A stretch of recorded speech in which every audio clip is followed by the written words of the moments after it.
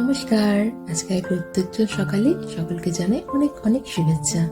আশা করি আপনারা সকলে খুব ভালো আছেন, আমরাও খুব ভালো আছি। আজকে আমাদের মাদ্রিদে শেষ দিন, তো আমরা হোটেল ছেড়ে দিয়ে একটা এয়ারবিএনবি রুম বুক করে সেই রুম দিয়ে আজকে দিনটি থাকবো, আর কালকে ভোর আমাদের ফ্লাইট। তো আমরা রুম চেঞ্জ করে নিয়েছি, আর পাশে একটা রেস্টুরেন্টে চলে এসেছি সকালে ব্রেকফাস্ট কাম লাঞ্চ করতে। তোমার ফেভারিট খাবার না, কারণ এই লাঞ্চ করার পরে আমাদের একটা ট্রিপে যাওয়ার প্ল্যানিং আছে। তো চলুন সময়ের সাথে সাথে আপনাদেরকে সবটাই বলছি কোথায় আমরা যাচ্ছি, কি দেখতে যাচ্ছি।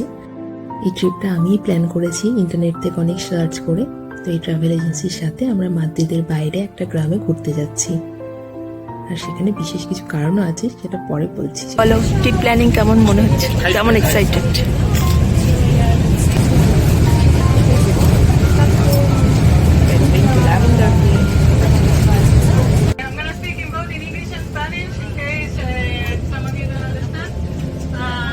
মাদ্রিদ আর্তেজা স্টেশনের অপোজিটেই যে হোটেলগুলো আছে তার সামনে থেকেই এই গাড়িগুলো ছাড়ে। তো আপনাকে আগে থেকেই বিভিন্ন ট্রাভেল এজেন্সির সাথে যোগাযোগ করে পার্টিকুলার ডেটে কোন স্লটে যান বুকিংটা করে রাখতে হবে। তো এরকম অনেক জায়গায় ওনারা নিয়ে যান, মাদ্রিদ থেকে মোটামুটি 4-5টা জায়গায় এরকমভাবে হাফ ডে বা 1 ডে ট্রিপ ওনারা প্ল্যান করে থাকেন। তো এরকম ইন্টারনেটেও ভালো করে আপনি সার্চ করে যোগাযোগ করে আপনার ইচ্ছা মতো ট্রাভেল প্ল্যানিং করে তাদের সাথে বুকিংটা করে রাখতে পারেন। তো আমি এই গ্রামে যাওয়ার জন্য যে ডিসিশনটা নিয়েছি তার কারণ হচ্ছে এই গ্রামটা একটা বিশেষত্ব আছে। আর এই যে সময়টা মানে জুলাইয়ের মাঝামাঝি এই সপ্তাহটা পিক টাইম ল্যাভেন্ডার চাষের জন্য। তো এই সময় ল্যাভেন্ডার ফুল পুরোপুরি ফুটে যায়, তাই জন্য এই গ্রামটাতে, যে গ্রামটায় আমরা যাচ্ছি সেই গ্রামটাতে এখন ল্যাভেন্ডার ফেস্টিভ্যাল হয়। তো এটা খুবই একটা সুবর্ণ সুযোগ, আমরা ল্যাভেন্ডার ফিল্ডও ঘুরতে পারবো, সাথে ল্যাভেন্ডার ফেস্টিভ্যাল এনজয় করতে পারবো।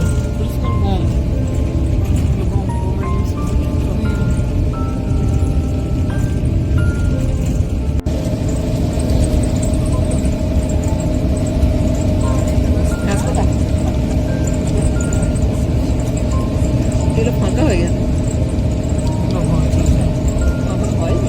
এইটাই তো time,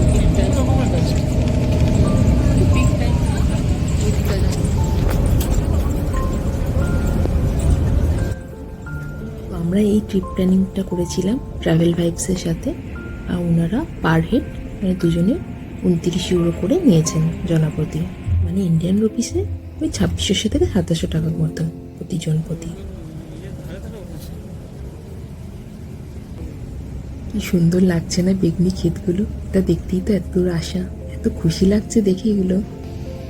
Which is the name of the city, Castumbriega, which means castle on a rock or la piedra. আমরা পৌঁছে গেছি আমাদের ডেস্টিনেশন ব্রিয়েগা গ্রামে। এই গ্রামে এখন আমরা ল্যাভেন্ডার ফেস্টিভ্যাল উপভোগ করব কিছুক্ষণের জন্য।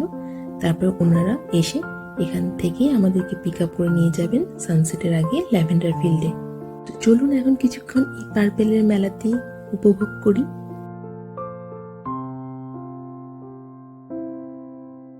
লক্ষ্য করেছেন নিশ্চয়ই, এখানে যত মানুষজন দেখতে পাচ্ছেন বেশিরভাগই মানে 99.99% মানুষ সাদা পরে আছে।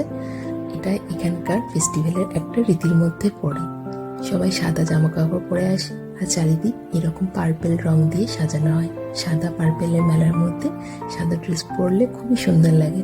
তো এটা ওনাদের রীতির মধ্যে চলে এসছে। ইনফ্যাক্ট আমরা যারা ট্যুরিস্ট আসি তারাও এই জিনিসটা জানি যে এখানে সাদা পরে আসাটা খুবই মানানসই। তাই জন্য দেখুন না, আমিও একটু সাদা আর পার্পেলের টাচ দিয়ে জামা পরে এসেছি, আর জয়ন্ত একটা সাদা শার্ট পরে এসছে। সত্যি খুব ভালো লাগছিল, সবাই এত সুন্দর সাদা ড্রেস পরে আছে পার্পেলের মধ্যে, খুব সুন্দর লাগছিল, চোখ জোড়ানো সুন্দর যাকে বলে।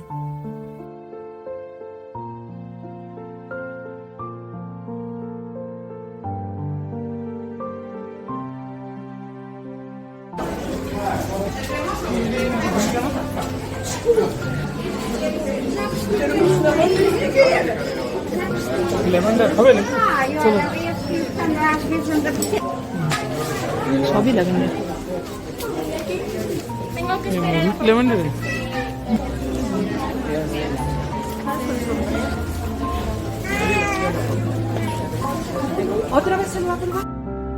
এখানকার খাবার দাবার থেকে জামা কাপড় থেকে জিনিসপত্র সবই ল্যাভেন্ডার। তো চলুন আগে পুরো গ্রামটা একবার ঘুরে নিই, তারপর আমরাও ভেবেছি এখানে ল্যাভেন্ডার আইসক্রিম টেস্ট করব। তো আরও ভিতর থেকে গ্রামের মধ্যে দিয়ে আমরা হেঁটে হেঁটে এখানে এগিয়ে যাচ্ছি। দেখি সে সত্যি এখানে নাকি পাথরের উপর একটা দুর্গ আছে, তো সেই দুর্গটা অব্দি ঘুরে আসবো গিয়ে ভেবেছি। এই তো সেই দুর্গের প্রবেশদ্বারে পৌঁছে গেছি আমরা অলরেডি। তো চলুন একটু ভিতরটা দেখে আসি।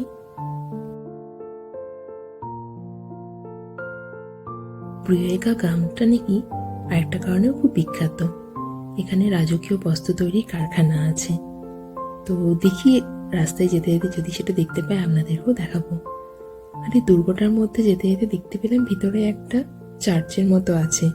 আর তেমন বেশি কিছু দেখতে পেলাম না, কারণ ঢোকার প্রভিশন নেই হয়তো, সেই জন্যই ভিতর অব্দি তো যাওয়া সম্ভব হলো না। বাইরে থেকে এটাই দেখতে পেলাম, কিন্তু বেশ শান্ত পরিবেশ ছিল, তাই খানিকক্ষণ বসে এখানে বিশ্রাম নিলাম।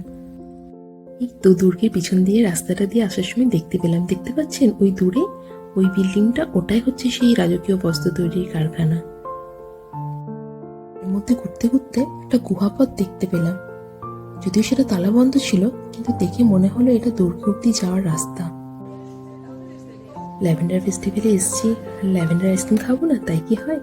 তো প্রথমবার জীবনে টেস্ট করলাম ল্যাভেন্ডার আইসক্রিম কেমন, আর আমার সত্যি খুবই ভালো লেগেছে। দোকানগুলোই শুকনো ল্যাভেন্ডার ফুলের সাথে ল্যাভেন্ডারের তৈরি সাবান, শ্যাম্পু, মধু সবকিছু কিনতে পাওয়া যাচ্ছিল। তো আমরা নিয়ে এসেছিলাম শুকনো ল্যাভেন্ডার ফুলের নির্যাস। And he saw beautiful lavender fields and he fell in love with the plant. He never heard of it before. And so he wanted to bring it to his town, Rivera. So that's what. তো আমাদের guide গল্পটা শোনাচ্ছিলেন যে এখানে কিভাবে প্রথম lavender নিয়ে আসেন এই গ্রামেরই এক বাসিন্দা, যিনি এক ফ্রেঞ্চ মহিলাকে ভালোবাসতেন তার উদ্দেশ্যে। আর এই জায়গাটা যেহেতু ল্যাভেন্ডার চাষে আদর্শ, তাই এখানে খুব সহজেই উনি এরকম ল্যাভেন্ডার বাগান। Of the lavender behind China, behind Bulgaria and France. So we're going to the fields now.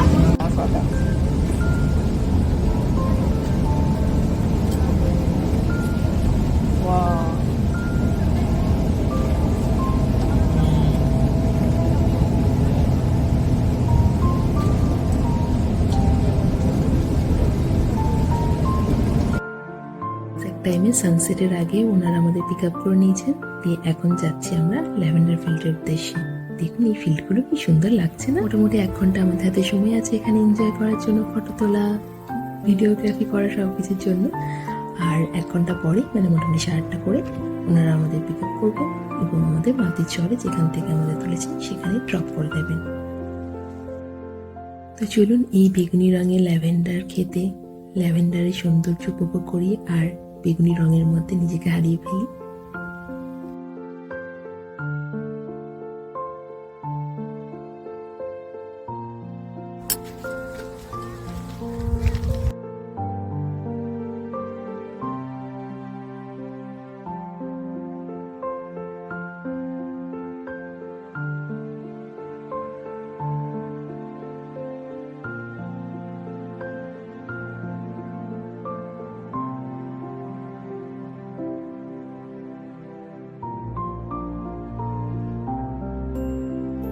Happy lavender.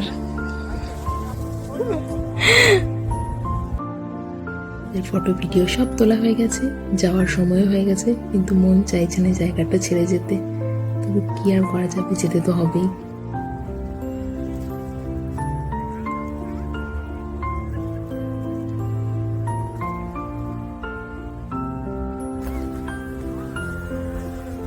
তো এক্স্যাক্ট যেমন টাইম ছিল সেই টাইমে আমরা গাড়িতে উঠে পড়েছি এবং গাড়ি আমাদের মাদ্রিদ শহরের উদ্দেশ্যে রওনা দিয়েছে। সত্যি কথা বলতে গেলে ওভারঅল জার্নিটা খুবই কমফোর্টেবল ছিল, কারণ গাড়ি ছিল এসি গাড়ি আর খুব রিল্যাক্সিং ছিল, খুবই ওয়েল মেনটেন, ওয়েল অর্গানাইজড, একদম টাইমে পাকাপাকি। তো খুবই ভালো লেগেছে এই স্মল ট্রিপটা। তো আজকের ব্লগটা এখানেই রাখলাম, আবার নতুন একটি ব্লগে আবার দেখা হবে। সকলে ভালো থাকবেন, শুভরাত্রি।